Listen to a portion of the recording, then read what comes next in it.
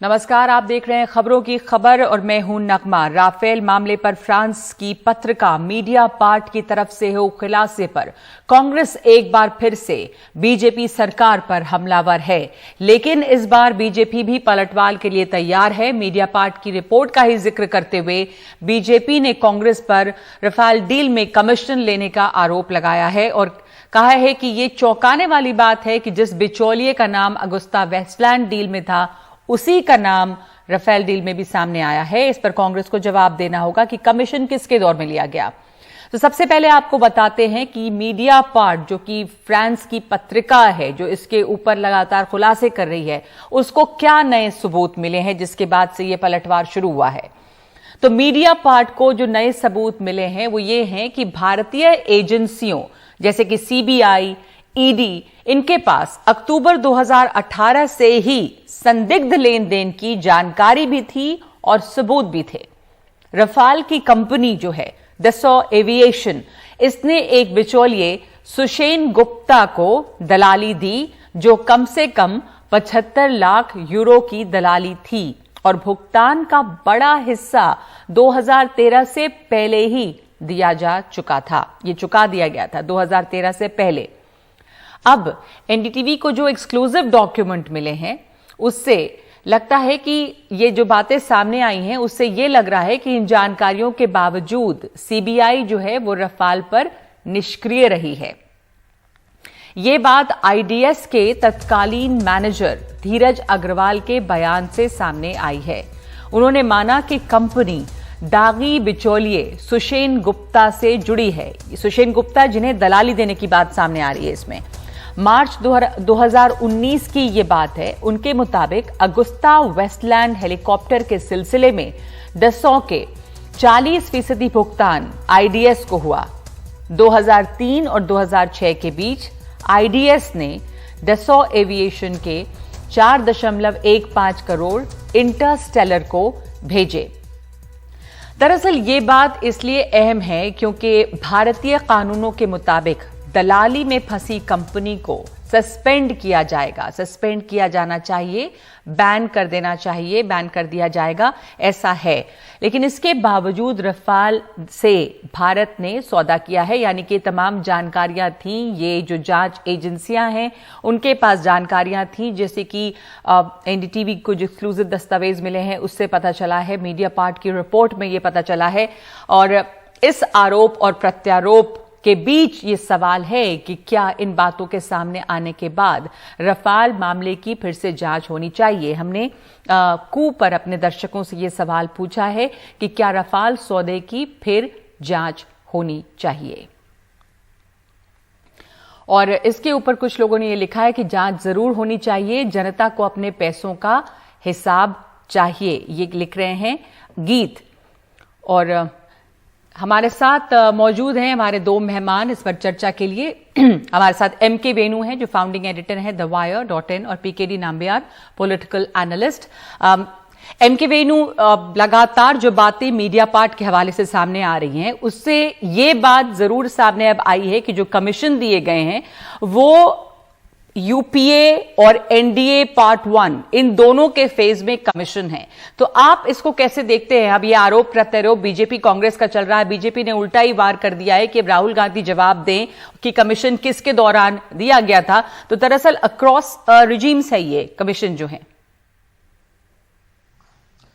बिल्कुल नगमा, ये सबसे बड़ी बात ये है कि ये जो सुशेन गुप्ता है बिचौलिए, ये इनकी कंपनी एनडीए 1 वाजपेयी साहब के टाइम, यूपीए, और उसके बाद भी ये जो मोदी साहब की सरकार के दौरान भी ये इन्वॉल्व रहे हैं। और मीडिया पार्ट ने ये भी खुलासा किया कि वो 2015 के बाद भी वो दसॉल से डील कर रहे थे। हालांकि अभी तक पैसों का इस दौरान पिछले 4 साल 5 साल में कमीशन दिए कि नहीं, वो तो इन्वेस्टिगेट करने से पता लगेगा। मगर इस दौरान नगमा, मैं ये भी कहूंगा कि इस दौरान सुशेन गुप्ता को दसॉ ने एक और कॉन्ट्रैक्ट दिया, जो एक 50 रफाल के जो मॉडल बनाने का, जिसमें 8 मिलियन यूरो उनको मिला उस मॉडल। हालांकि वो मॉडल उन्होंने बना के डिलीवर नहीं किया, तो उससे भी एक बहुत बड़ा सस्पिशन खड़ा होता है कि एक मॉडल बनाने का कॉन्ट्रैक्ट दिया और उन्होंने उस कॉन्ट्रैक्ट को पूरा भी नहीं किया, और उस दौरान ये 2017 की बात है, 1 मिलियन यूरो मिला उनको। तो मैं ये कहूंगा कि इस पे प्रोब होना बहुत जरूरी है, और ये प्रोब पहले का भी होना चाहिए और अभी का भी, कि अभी इनसे डीलिंग क्या थी दासों के साथ। और 2015 में ये मीडिया पार्ट ने खुद खुलासा किया है कि इनके पास कई प्राइस सेंसिटिव इंफॉर्मेशन जो डील में जो एनडीए ने मोदी साहब के दौरान शुरू हुआ, उस नए डील के दौरान जो 36 रफाल एयरक्राफ्ट, उससे रिलेटेड इनके पास कई डॉक्यूमेंट इंफॉर्मेशन थी। और उसमें एक इंफॉर्मेशन ये भी थी कि यूरोफाइटर ने जो नए डील में एक फ्रेश ऑफर दिया था, जो रफाल का जो राइवल था उस पर 20% उन्होंने एक डिस्काउंट भी ऑफर किया था। तो ये सारी चीजें दासों के पास ये इंफॉर्मेशन कैसे पहुंची, इसका खुलासा होना चाहिए जी। और ये मैं तो कहूंगा कि मोदी साहब को साफ, अगर इनका दावा है कि अगर यूपीए के दौरान हुआ है तो बिल्कुल इनको प्रोब करना चाहिए सीबीआई के जरिए या जेपीसी के जरिए। मेरे को हैरानी इस बात की हो रही है कि जो सरकार कह रही कि कांग्रेस ने करा है वो प्रोब से कतरा रही है, और जो पार्टी अक्यूज है कांग्रेस वो प्रोब मांग रही है। ये मेरे को समझ में नहीं आया ये इक्वेशन। तो इसके ऊपर आप क्या कहेंगे जी? ये इंटरेस्टिंग है। पीकेडी नाम्बियार, आप इसे कैसे देखते हैं बतौर एक पॉलिटिकल एनालिस्ट कि जो पार्टी जिसके ऊपर आरोप लग रहा है, मान लीजिए कहा जा रहा है कि ये बीजेपी कह रही है कि यूपीए के दौरान, ये तो पीछे से चला आ रहा है, तो फिर वो आपको लगता है कि मांग करनी चाहिए कि भाई इसका प्रोब हो, क्यों जांच फिर से होनी चाहिए? आप मानते हैं इस बात को? दो बात है नगमा जी। पहली बात तो यह कि कांग्रेस को एक तरह से एक आदत से पड़ चुका है कि दैट सेल्फ गोल मारने का। वो कहीं ना कहीं से कोई ना कोई वेस्टर्न पत्रकार और मीडिया में कुछ ना कुछ लिख देते हैं, उसको पकड़ के कुछ ना कुछ हिंदुस्तान के अंदर एक बहुत बड़ी तरीके से वो उन्होंने अच्छा मोदी जी को पकड़ लिया, मोदी जी को पकड़ लिया, मोदी जी चोर है, ये कहने के लिए कोशिश करते हैं। अक्सर हमने देखा है कि वो फेल हो जाते हैं। राफेल के केस में हमारी देश के सुप्रीम कोर्ट ने खुद कह दिया है कि इसके अंदर कोई भी चीज नहीं है इंक्वायरी करने तक। तो जब वो बात हो चुका है कि राफेल का जो विषय है समाप्त हो गया ना, जहां तक ये इस आरोप है जो जिस फ्रेंच मीडिया के जो खुलासा है, ये है 2007 और 2012 के बीच में, दैट इज यूपीए का टाइम पे। अब एमके वेणु जी ने पूछा है कि अगर उस टाइम का होगा तो उसके ऊपर तो बिल्कुल जांच होना चाहिए, नहीं होना चाहिए। बट वेणु जी, आपको ये याद होना चाहिए कि जो यूपीए के टाइम का जो कॉन्ट्रैक्ट है राफेल के साथ, वो उन्होंने कभी एक्सिक्यूट ही नहीं किया। जो वो कॉन्ट्रैक्ट दिया ही नहीं है, वो सिर्फ चर्चा में ही और एके एंटनी साहब ने अपने फाइल के अंदर ही रखा हुआ था, कभी उसको ऑर्डर दिया ही नहीं है। जब आपको किसी कॉन्ट्रैक्ट एक्सिक्यूट ही नहीं हुआ, कहां पे बात आता है कि कमीशन दिया है नहीं दिया हुआ है, उसका तो बात ही नहीं आते। नाउ कम्स टू द दूसरी वाली जो पार्ट, जो मैं आपको, इवन वेणु साहब भी तो बहुत बड़े पत्रकार है, मैं आपको कहूंगा, देश के अंदर जब एक इंटरनेशनल मीडिया जब भी कोई खबर छापते हैं, उनका खुद का मोटिव होता है।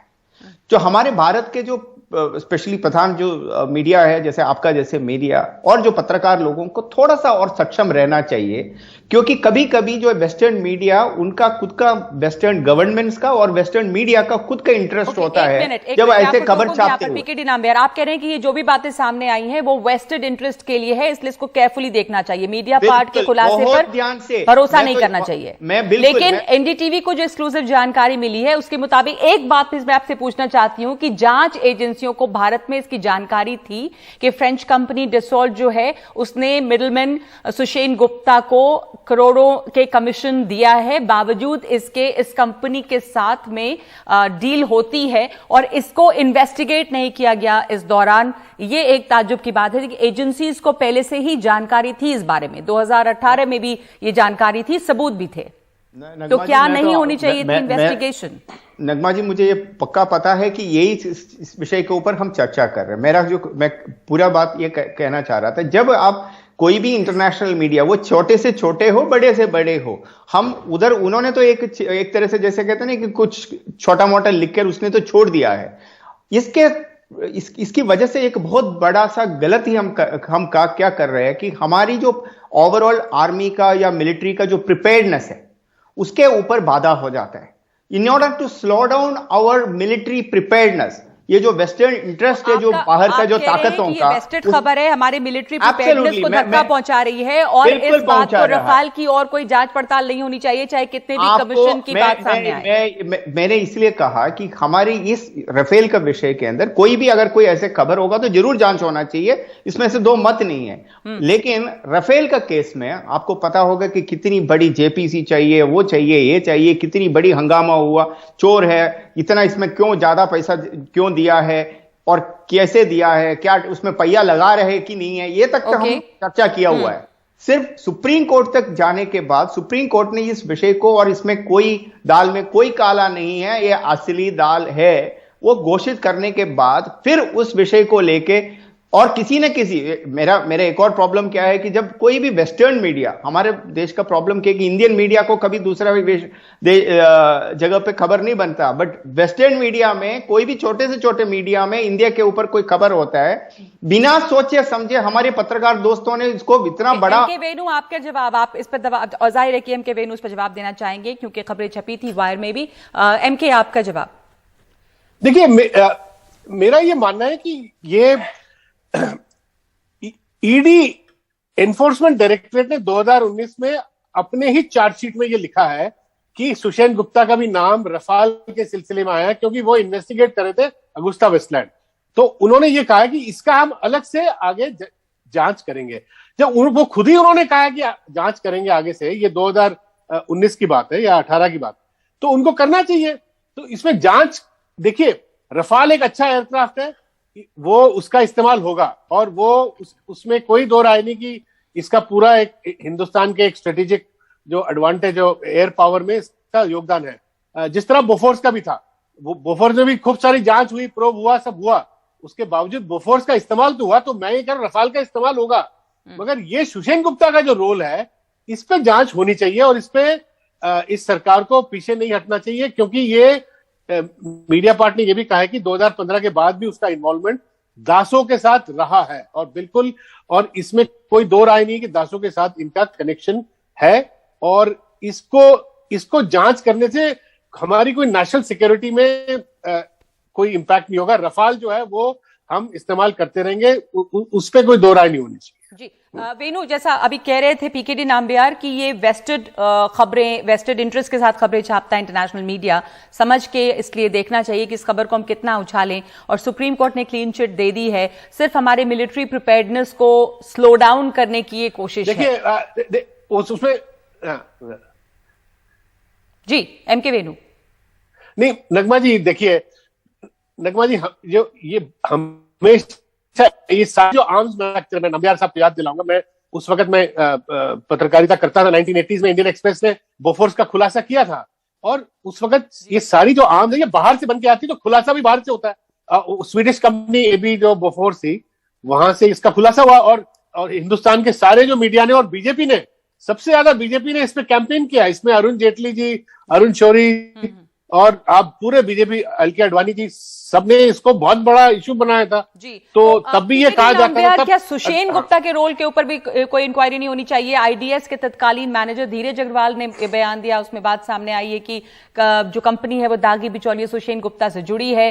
मार्च 2019 की ये बात है। सुषेण गुप्ता के रोल पे, कमीशन देने पे क्या जांच नहीं होनी चाहिए? मैं तो अभी वेणु जी ने खुद, अगेन अनफॉर्चुनेटली वेणु जी ने भी गलती से अपने आप के ऊपर सेल्फ गोल मारा। ये जो ईडी ने इंक्वायरी कर रहे सुषेण गुप्ता के ऊपर, that is Agusta Westland and UPA 1 और 2 के बीच में जो राफेल का डील हो रहा था उसके ऊपर था, ना कि ये एनडीए गवर्नमेंट के टाइम पे। ना ही मीडिया रिपोर्ट में ये कह रहे, ये सिर्फ ये कह रहे कि उसके ऊपर आलोचना करना चाहिए। वो आलोचना तब करेंगे ना जब, अगर आपके पास इस दौरान में अगर कुछ हुआ, तब नहीं होगा तो पुराना जब डील ही नहीं हुआ उसके ऊपर तो क्या चर्चा करेंगे? एनीवे, वो तो सरकार का नीति करना चाहिए, नहीं करना चाहिए, नहीं करना चाहिए। आई थिंक वेणु जी कुछ कहना चाह रहे हैं। नगमा जी, मैं कह रहा हूं कि अब नाम्बियार साहब सेल्फ गोल बोले जा रहे, मैं तो कह रहा हूं सेल्फ गोल पे इंक्वायरी कीजिए ना। आप केवल सेल्फ गोल कहना तो ठीक नहीं, आप पूरा इंक्वायरी कीजिए। बातें सामने आ रही है, और बात कमीशन की, सॉरी माफ कीजिएगा मैं यहाँ पे आपको रोक रही हूँ क्योंकि हमारे पास इतना ही वक्त है इस चर्चा के लिए, पर जब ये बातें सामने आती तो सवाल ये उठता है कि क्या इस पे वापस इंक्वायरी होनी चाहिए? जिन लोगों को कमीशन मिला है उनके रोल पे क्या इंक्वायरी होनी चाहिए। तो ये सवाल जो है वो बना हुआ है कि क्या इस डील में जो भी कमीशन दिया गया है उस पर जांच दोबारा हो। इस वक्त हम एक ब्रेक ले रहे हैं खबरों की खबर में।